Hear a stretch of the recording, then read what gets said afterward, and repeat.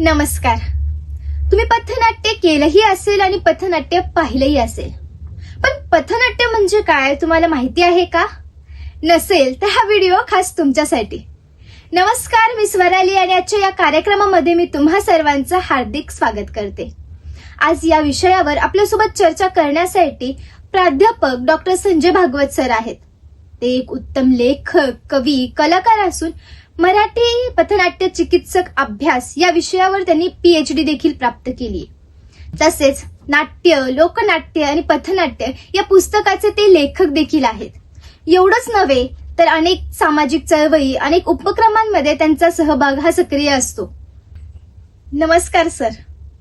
नमस्कार.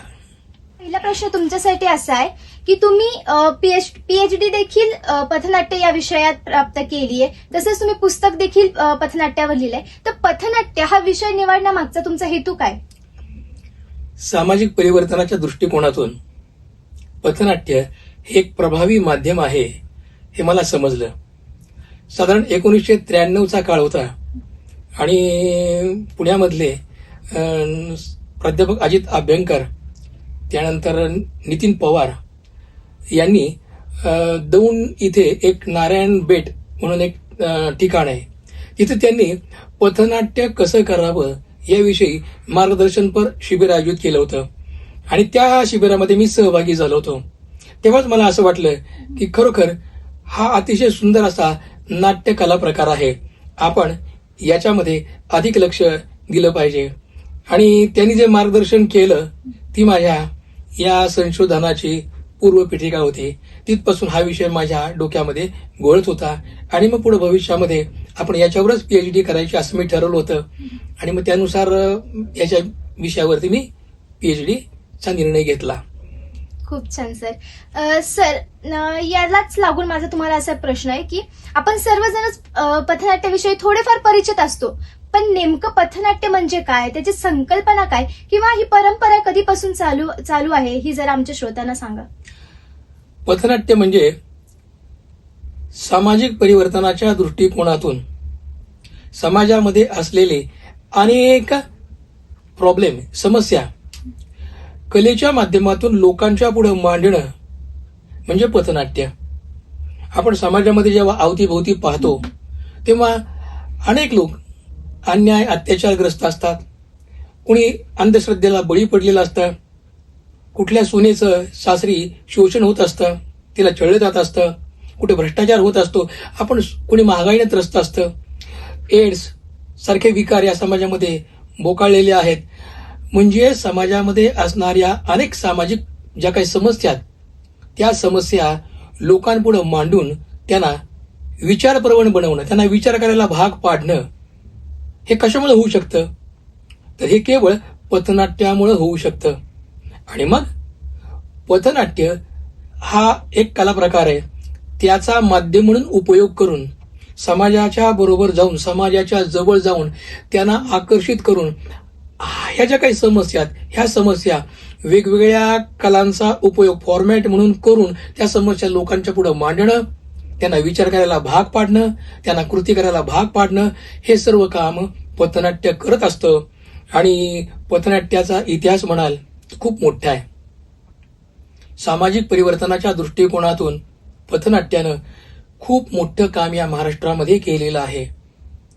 म्हणजे जो दळला गेलेला आहे, पिसला गेलेला आहे, सामाजिक जे काही सत्ता आहे त्या सत्तांच्याकडून त्याचे शोषण झालेलं आहे.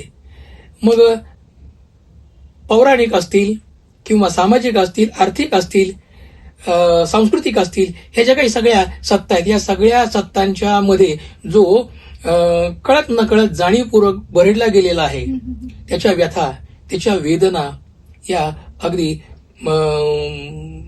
पुराण काळापासून मांडल्या गेलेल्या आहेत. आपण जरी विचार केला या पथनाट्याचं की हे पथनाट्य सामाजिक परिवर्तनाच्या दृष्टिकोनातून कुठं आणि कसं वापरलं गेलं, तर त्याचा खूप इतिहास मोठा आहे. पण वानगी दाखल काही उदाहरणं फक्त मी तुम्हाला सांगतो. आपल्याकडं संपूर्ण महाराष्ट्रभर सामाजिक परिवर्तनाच्या दृष्टिकोनातून या पथनाट्यानं खूप प्रयत्न केले. अनेक विषय, महागाई असेल, नामांतराचा प्रश्न असेल, एड्स विषय असेल, त्यानंतर हुंडा पद्धतीला विरोध करणं हा विषय असेल, स्त्रियांच्या समस्या असतील, कामगारांचे प्रश्न असतील, रक्तदान शिबिर असेल, पर्यावरण विषयक असेल, त्यानंतर स्वाईन फ्लू सारखा मध्ये विकार आला होता त्याच्याविषयी असेल, अशा वेगवेगळ्या समस्यांवरती काम करणारी महाराष्ट्रभर वेगवेगळी पथनाट्य मंडळ, नाट्यमंडळ होती आहेत. आपण नागपूरपासून सुरुवात केलं तर नागपूरची जी काही दलित पॅन्थर, दलित रंगभूमी आहे, त्यानंतर औरंगाबाद, पुण्यामध्ये माध्यम ग्रुप होता, जाणीव ग्रुप होता. अनेक आजचे जे काही सामाजिक नेते आहेत त्या नेत्यांनी समाज प्रबोधनाच्या दृष्टिकोनातून या पथनाट्याचा उपयोग करून घेतलेला आहे. आपण थोडंसं मागं जर गेलो तर आपल्याला असं लक्षात येईल की राष्ट्रसेवा दलाचं एक कलापथक होतं की राष्ट्रसेवा दलाची जी विचारसरणी आहे ती समाजाभिमुख आहे. मग या राष्ट्रसेवा दलाच्या कलाकारांनी समाजातल्या समस्या मांडण्यासाठी जो फॉर्म वापरला तो या पथनाट्याचाच होता. त्यामध्ये दादा कोंडके असतील, वसंत सोमनीस असतील, निळू फुले असतील, त्यानंतर अशा अनेक रामनगरकर, अनेक कलाकारांची नावं या ठिकाणी घेता येतील. त्याच्याही पुढे जेव्हा संयुक्त महाराष्ट्र चळवळ आपल्याकडे झाली, या संयुक्त महाराष्ट्र चळवळीमध्ये अण्णाभाऊ साठे, शाहीर अमर शेख, शाहीर गंगाराम गवाणकर असे मोठमोठे गायक आणि कलाकार होते की जे सामाजिक समस्या घेऊन म्हणजे त्या काळामध्ये प्रबोधन करण्यासाठी म्हणून रस्त्यावरती उतरले. अण्णाभाऊंचं काव्य आणि शाहीर अमर शेख यांची डपावरती थाप, त्यांचा आवाज हे सगळं लोकांना अतिशय प्रभावित करत होतं आणि एक सामाजिक परिवर्तनाच्या दृष्टिकोनातून संयुक्त महाराष्ट्र चळवळीसाठी पोषक वातावरण करण्याचं काम या ठिकाणी पथनाट्यानं केलं. आपण थोडं अजून पुढे गेलं तर आंबेडकरी जलसे, डॉक्टर बाबासाहेब आंबेडकरांच्या विचारांनी प्रभावित होऊन वामनराव कर्डक आणि त्यांच्या काळातले सगळे जे काही शाहिरी गाणारे जे लोककलाकार होते, या लोककलाकारांनी आंबेडकरांचे विचार, प्रस्थापितांच्याकडून होणारं शोषण, अन्याय, अत्याचार या सगळ्या गोष्टी त्या आंबेडकरी जलशाच्या माध्यमातून मांडल्या. महात्मा फुलेंनी सत्यशोधक जी काही चळवळ सुरू केली त्या सत्यशोधक चळवळीनं सुद्धा पथनाट्यासदृश कार्यक्रम करून ठिकठिकाणी या त्यांच्या कलादत्त्याचे कार्यक्रम केले. म्हणजे हा जो सगळा भाग आहे हा भाग आपल्याला अभ्यासावा लागतो पथनाट्याचा अभ्यास करत असताना. ही सगळी जी काही परंपरा, ही सगळी परंपरा विचारात जर आपण घेतली तर आपल्याला आज पथनाट्याचे उदयास आलं ते का निर्माण झालं हेही आपल्याला जाणवतं. बर सर, पथनाट्य सादरीकरणासाठी जे काही कलाकार असतात त्यांचं वेगळंपण कशा प्रकारे सांगता येईल? नाटकाचा कलाकार हा नाटकाच्या कथानकाशी बांधील असतो, तो ते संवाद म्हणत असतो. तसं पथनाट्याचा कलाकार हा त्या पथनाट्यामध्ये जो विषय मांडायचा आहे त्या विषयाशी बांधील असतो. त्याला अभिनय नाही आला तरी चालेल, फक्त जो विषय काय आहे तो विषय, त्या विषयीची जाणीव त्याला नीट असली पाहिजे. जसं आपल्याला ठेच लागल्यानंतर आपण पटकन आई म्हणतो, आपल्याला सांगावं लागत नाही, तसं ती जाणीव झाल्यानंतर आपोआपच त्याच्याकडून व्यक्त होत असताना तो स्वाभाविकपणे अभिनय त्याच्याकडून होत असतो. फक्त त्याची वैचारिक धारणा तिथं असली पाहिजेत, विचार निश्चित असले पाहिजे, जाणीव प्रगल्भ असली पाहिजे. मग तो लोकांच्या मध्ये जर असताना लोकांना त्याच्या चेहऱ्यावरचा अभिनय काही दिसत नाही, मग फक्त देहातून आणि आवाजातून व्यक्त होणारा जो काही अभिनय आहे तो अभिनय तिथं गरजेचा असतो. त्यामुळं नाटकाचा कलाकार आणि पथनाट्याचा कलाकार यामध्ये एक महत्वाचा फरक असा आहे की पथनाट्याचा कलाकार हा कार्यकर्ता पहिल्यांदा असतो आणि मग कलावंत असतो. सर, या कार्यक्रमामध्ये माझा शेवटचा प्रश्न तुमच्यासाठी असा आहे की आजकाल लोक हे सोशल मीडिया किंवा डिजिटल प्लॅटफॉर्म याच्यावर खूप जास्त ऍक्टिव्ह असतात.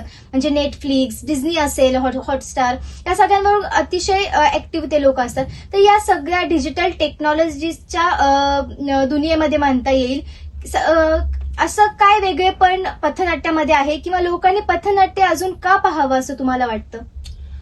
हे जे काही फेसबुक, इन्स्टा हे जे काही सामाजिक प्लॅटफॉर्म आहेत त्यामध्ये व्यक्त होत असताना किती केलं तरी ते दृश्य माध्यम आहे आणि पथनाट्य प्रत्यक्ष रस्त्यावरती सादर होत असतं.